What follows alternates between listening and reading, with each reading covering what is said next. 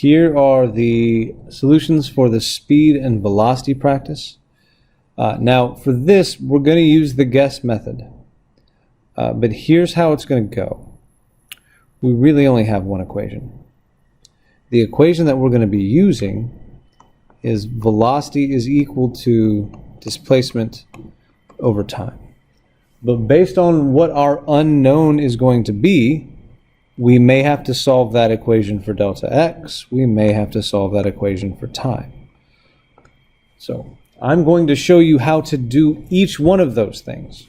So right now, as given, this helps us to find an unknown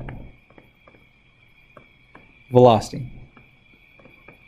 That's what this one's for. If we want to find displacement, we have to take that equation, velocity equals delta x over t, and get the delta x all by itself. So we multiply both sides by the time, and we end up with delta x is equal to velocity times time. So this is to find an unknown displacement.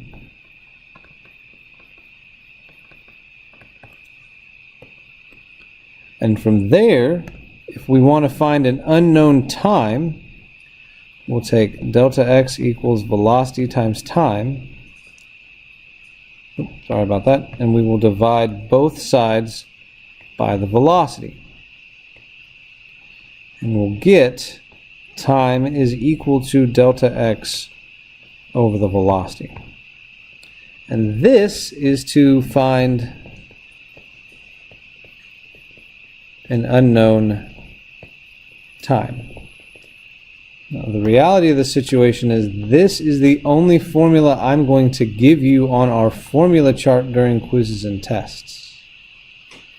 Which means if you have to find the unknown time or you have to find the unknown displacement, you need to know how to do that mathematically.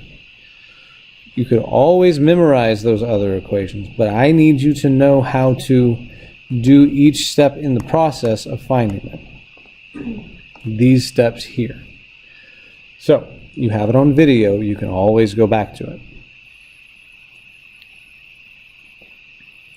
For the first question, are givens, and here's what I'm going to do. I'm going to box data.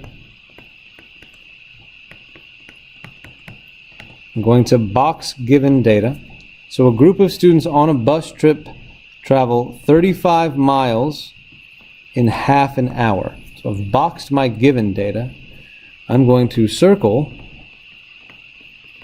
the question or the unknown. So I've boxed my data and it wants to know the average velocity of the bus. That's really going to help with our guess method. So our given is that my displacement is 35 miles. I know that that's displacement because it's a distance measurement. I also know that my time is half an hour. My unknown, we want to know the average velocity is the velocity. So the equation that we have for velocity is that it's delta x over time. That's our equation. So we're going to substitute numbers into that. My velocity is 35 miles over 0.5 hours. So that velocity is 70 miles per hour. For the next one, how long will it take them to reach their destination 170 miles from the origin? So how long will it take? That's my question. That's my unknown. So we'll circle that. And 170 miles from their origin. That's a given. But I also know that the velocity, because it's the same problem, is 70 miles an hour. So my givens are that my displacement is 175 miles and that my velocity is 70 miles per hour. My unknown is my time. And so with what we said before, the equation we're going to use for an unknown time is change in position or displacement over the velocity. So for our substitution, the time is 175 miles divided by 70 miles per hour, giving me a time when we calculate that out of 2.5 hours. Number 2. Train leaves Philadelphia at 1 p.m. That's a solid time. It travels a constant velocity to New York, which is 400 kilometers away. The conductor knows that the velocity of the train is 80 kilometers an hour. Oops, sorry, I'm doing the wrong thing. Leaves at 1 p.m. Constant velocity towards New York, which is 400 kilometers away. And the velocity of the train is 80 kilometers an hour. And then what it wants to know is at what time will the train reach New York City? So my givens, the time of day is 1 p.m. That's not the same thing as time. So we're not going to use that as our givens yet. But my displacement is 400 kilometers away. The velocity is 80 kilometers an hour. And my unknown is the question, how long, or what time is it going to make it? So my equation is going to be, again, we're solving for an unknown time. So 400. So my equation is going to be time is delta x over the velocity. Plugging in some numbers during our substitute step, we get 400 kilometers divided by 80 kilometers an hour. That makes my time 5 hours. That's how long it's going to take. But the question doesn't ask how long it's going to take. The question asks at what time. So if we leave at 1 p.m., our trip takes 5 hours, we will arrive at 6 p.m.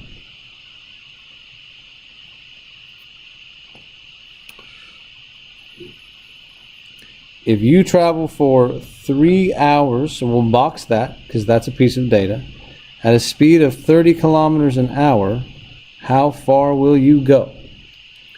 So 30 kilometers an hour is a bit of data. We've boxed it. How far will you go is our question, so we've circled it. And givens, my time is 3 hours, and that my velocity, or speed, in this case they can be interchangeable, is 30 kilometers an hour. My unknown is how far will we go? So the equation that we're going to use to find that is the equation we use for an unknown displacement. Delta x is equal to velocity times time. And so that's going to be delta x is velocity, 30 kilometers an hour, times time, 3 hours. So my delta x comes out to be 90 kilometers. Substitute, solve. Number 4, if you are traveling at 75 kilometers an hour, let's box it. How long, that's my question, will it take you to travel 32 kilometers? So my givens, that the velocity is 75 kilometers an hour. The displacement is 32 kilometers. My unknown is how long or time. So the equation we use to find an unknown time, that time is delta x over the velocity. Substituting our numbers, the time is 32 kilometers over 75 kilometers an hour. When we solve that, our time comes out to be 0.4666 42,666 hours So we'll just round that to 0.43 hours. Last one on this page. How far will an object travel? How far? If it has an initial position, 220 meters, moves at a speed of 2.5 meters per second for 48 seconds. So, here's what we know. Our givens are going to be the initial position of 220 meters,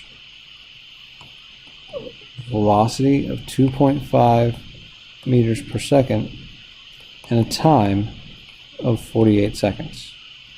My unknown here is how far will it travel? How far is the displacement? If the question had asked where is the object at the end of 48 seconds, then we would be looking for the final position. But because it asks how far, we need delta x. So our equation for finding an unknown displacement is delta x is equal to velocity times time. So, substituting numbers, delta x is equal to 2.5 meters per second times 48 seconds. So our delta x, when we do that, comes out to be 120 meters. Number 6 involves a dog. So before graphing, what I'd like to do is fill out this table that's going to help me find velocity. So, for the interval a to b, what I want to do is calculate the displacement between a and b. Between a and b, my position went from 0 to 0.5 meters, so that displacement is positive 0.5 meters. From B to C, we went from 0.5 to 1, so again that's 0.5 meters. From C to D, we went from 1 to 1.5, again 0.5 meters. And from D to E, we went an additional 0.5 meters. But from E to F, we went from 2 meters to 1 meter. So that's negative 1 meter because we went backwards. And then from F to G, we went negative 1 meter backwards down to 0. From G to H, we went from 0 to negative 1, also a displacement of 1 meter. My change in time between the time intervals, between A and B, was 1 second. B and C, we went from 1 to 2 seconds, so that's 2 seconds. C to D, oh, I lied. B and C, that's 1 to 2 seconds, so we had a time interval of 1 second. Between each interval is 1 second, all the way across the board. Now, we're going to find the velocity, that's the displacement over the time. The great thing is, since my time is just 1 second all the way across, the velocity is going to be 0.5 divided by 1, 0.5, 0.5, 0.5, 0.5, then negative 1, negative 1, negative 1. So that's my data. I want to use the grid to make 2 graphs, one for position versus time and one for velocity versus time. So we'll do the position one first. Our maximum position is 2 meters. And the lowest my position gets is negative 1 meter. We'll go this way in time. We'll say every block's a second. That's 5 seconds. That's 10 seconds. That's time measured in seconds. So the first point that they give us is that at 0 seconds, so at 0 seconds, we're located at 0 meters. At 1 second, we're located at 0.5 meters. At 2 seconds, we're located at 1 meter. 3 seconds, 1.5 meters. 4 seconds, 2 meters. 5 seconds, 1 meter. 6 seconds, 0 meters. And 7 seconds, negative 1 meter. So our position versus time graph, we're going to draw a line. Looks like this. and this. And then if we're going to do velocity versus time, we'll pick sort of a different set of colors for that. We have zero velocity over here, measured in meters per second. 0.5 meters per second, 1 meter per second, negative 0.5, negative 1 meters per second. And we'll do the same time scale.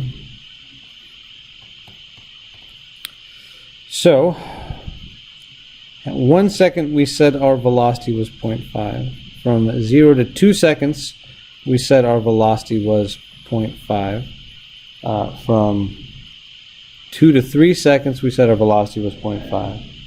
From 3 to 4 seconds we said our velocity was 0.5. From 4 to 5 seconds we said our velocity was negative 1. From 5 to 6 seconds, negative 1. 6 to 7 seconds, negative 1. So there's my velocity versus time graph. We'll use those two graphs to answer the next few questions. What's the average velocity between points A and D? Well, from our table, we can see that from A to, well, if it's average velocity, we can just read the graph. On velocity versus time, between A and D, so that's 1 to 3 seconds on the velocity versus time graph, the velocity is equal to 0.5 seconds. We could also read that from the table, but on our graph, we know that the slope of position versus time is velocity. That's how we see it on the graph. What's the average velocity of the dog between points F and G? Same thing, we can look at our velocity versus time graph and see that the average velocity there is negative 1 meter per second. But if we look at the position versus time, the slope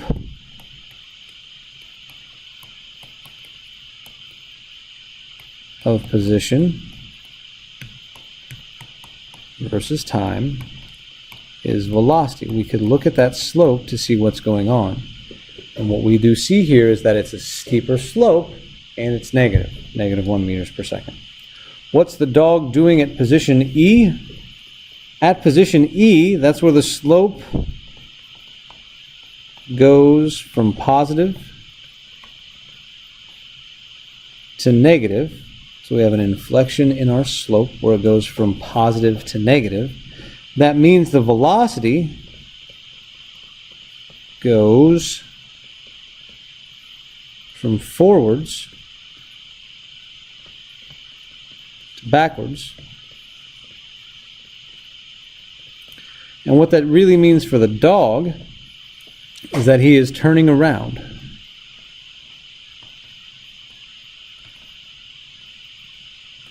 The dog is turning around. If the dog were to continue his motion at point H, what would his position be after an additional 10 seconds? Here we are going beyond the graph. When we go beyond the graph, we must use the equation for the line, x equals velocity times time plus initial position. So, at point H, if we look at the first table up there, I know that the position at point H, my initial position, is negative 1 meter. And I know looking at the slope or looking at the velocity table that my velocity, the dog's velocity at point H, is negative 1 meter per second. And we're going for a time of 10 additional seconds. And we want where, or we want our final position. So this equation has all those things. We're going to plug everything in. X is equal to negative 1 meter per second times 10 seconds plus my initial position of negative 1 meter. So my final position comes out to be negative 11 meters.